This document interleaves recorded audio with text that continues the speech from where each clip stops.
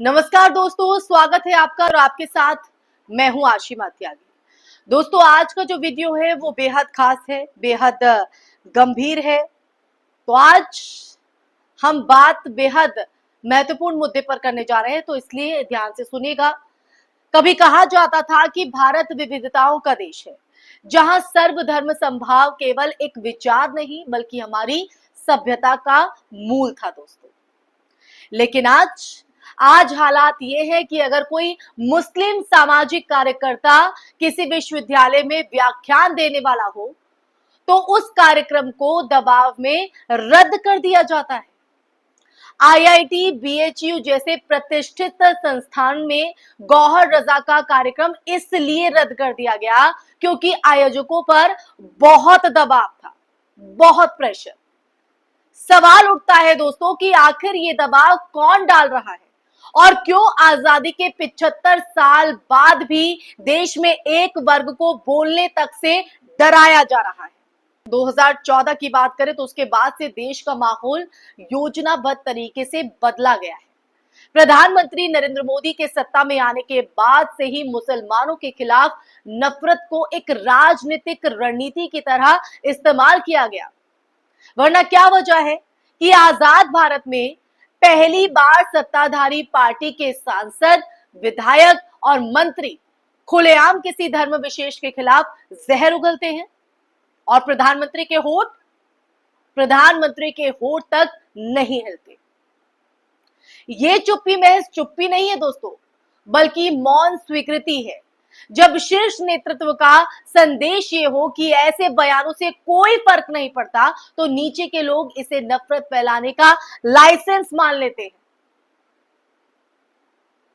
अब जरा बीजेपी के पूर्व सांसद विनय कटियार का बयान आप देखिए। ये वही विनय कटियार है जो बाबरी मस्जिद विध्वंस मामले में आरोपी रहे हैं। उन्होंने कहा कि हम उन्हें किसी भी कीमत पर अयोध्या से बाहर निकालेंगे और उसके बाद पूरे उत्साह से दिवाली मनाएंगे।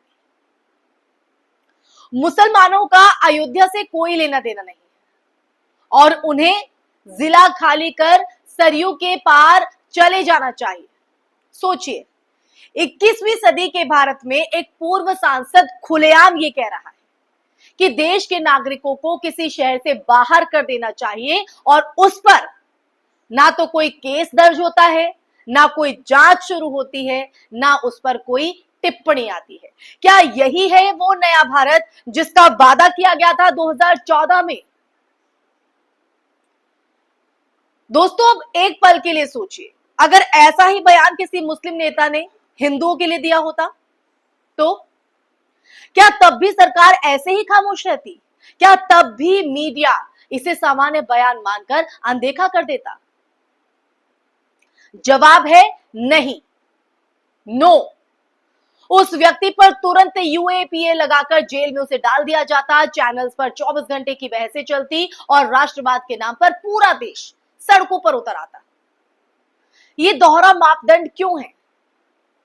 लेकिन जब नफरत फैलाने वाला बयान हिंदुत्व राजनीति से जुड़ा होता है, तब वही मीडिया, वही सरकार खामोश होकर सिर्फ तमाशा देखती है।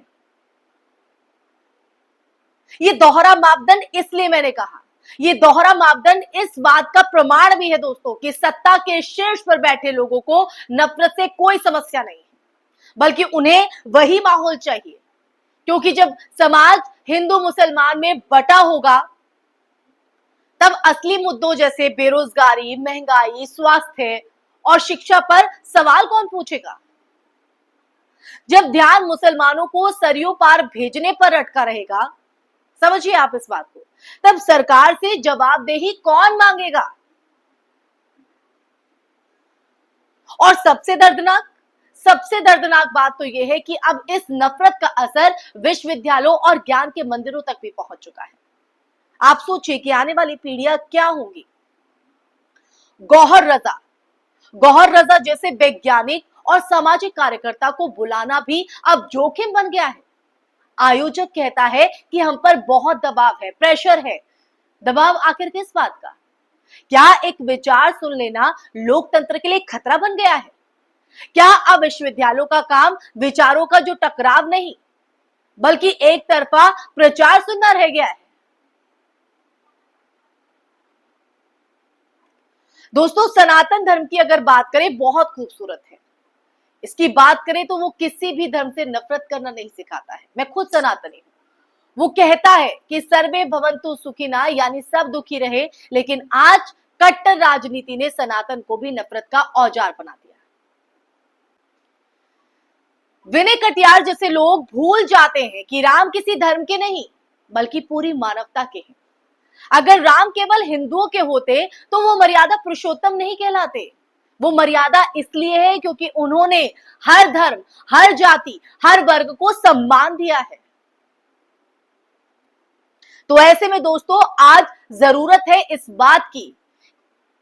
बात की जरूरत है कि देश के लोग इन बातों को समझें। सत्ता के नशे में चूर नेताओं के बयानों से खुद को प्रभावित ना करें।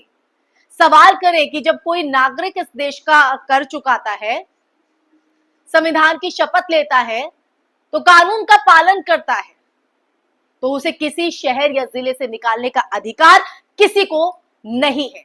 और कोई अगर ऐसे बयान देता है तो उन्हें यह हक किसने दिया, यह अधिकार किसने दिया, यह सवाल हो जाता है। यह देश किसी एक धर्म का नहीं है, बल्कि 140 करोड़ लोगों का है। और इस देश की ताकत उसकी विविधता में है, उसकी खूबसूरती इस विविधता में है, ना कि एक रूपता में। गौहर रजा का कार्यक्रम रद्द होना और विनय कटियार जैसे नेताओं के जहर भरे बयान, ये दोनों ही घटनाएं हमें ये दिखाती है, समझाती है कि लोकतंत्र के भीतर विचारों की आजादी और अल्पसंख्यकों की सुरक्षा कितनी कमजोर हो चुकी है। और जब शीर्ष नेतृत्व इस पर आंखें मूंदे बैठा हो, चुप्पी साधे हो, तब नागरिकों को ही खड़ा होना होगा, यानी आपको और हमको। अगर आज हम चुप रहे ना दोस्तों, तो कल बोलने का अधिकार भी हमारे पास नहीं बचेगा। तो आप तय कीजिए कि क्या करना है। अंत में बस इतना ही कहना काफी होगा कि देश तब मजबूत नहीं होता जब एक धर्म दूसरे पर हावी हो जाता है। देश तब मजबूत होता है जब हर धर्म, हर विचार और हर नागरिक को बराबर की जगह मिलती है। अगर हम सच में राम राज्य चाहते हैं तो याद रखिए, राम राज्य में किसी को सरयू पार भेजने की बात नहीं होती थी, बल्कि हर किसी को अपने धर्म और विचार के साथ सम्मान से जीने का अधिकार होता था। सवाल यह है कि क्या हम उस राम राज्य की ओर बढ़ रहे हैं, या फिर नफरत के अंधेरे में खुद को अपना ही देश हम खो रहे हैं। ये सवाल मैं आप पर छोड़ी जाती हूं। इसी सवाल के साथ इस चर्चा पर यही विराम लगाती हूं। ये चर्चा आपको कैसी लगी और इस सवाल का जवाब आपके मन में क्या चल रहा है, जरूर कमेंट बॉक्स में कमेंट करके बताइएगा दोस्तों। और ज्यादा से ज्यादा इस वीडियो को शेयर भी कीजिएगा। फिर हाजिर होंगे एक नए मुद्दे के साथ। तब तक के लिए अपना ख्याल रखिए। जय हिंद, जय भारत, नमस्कार।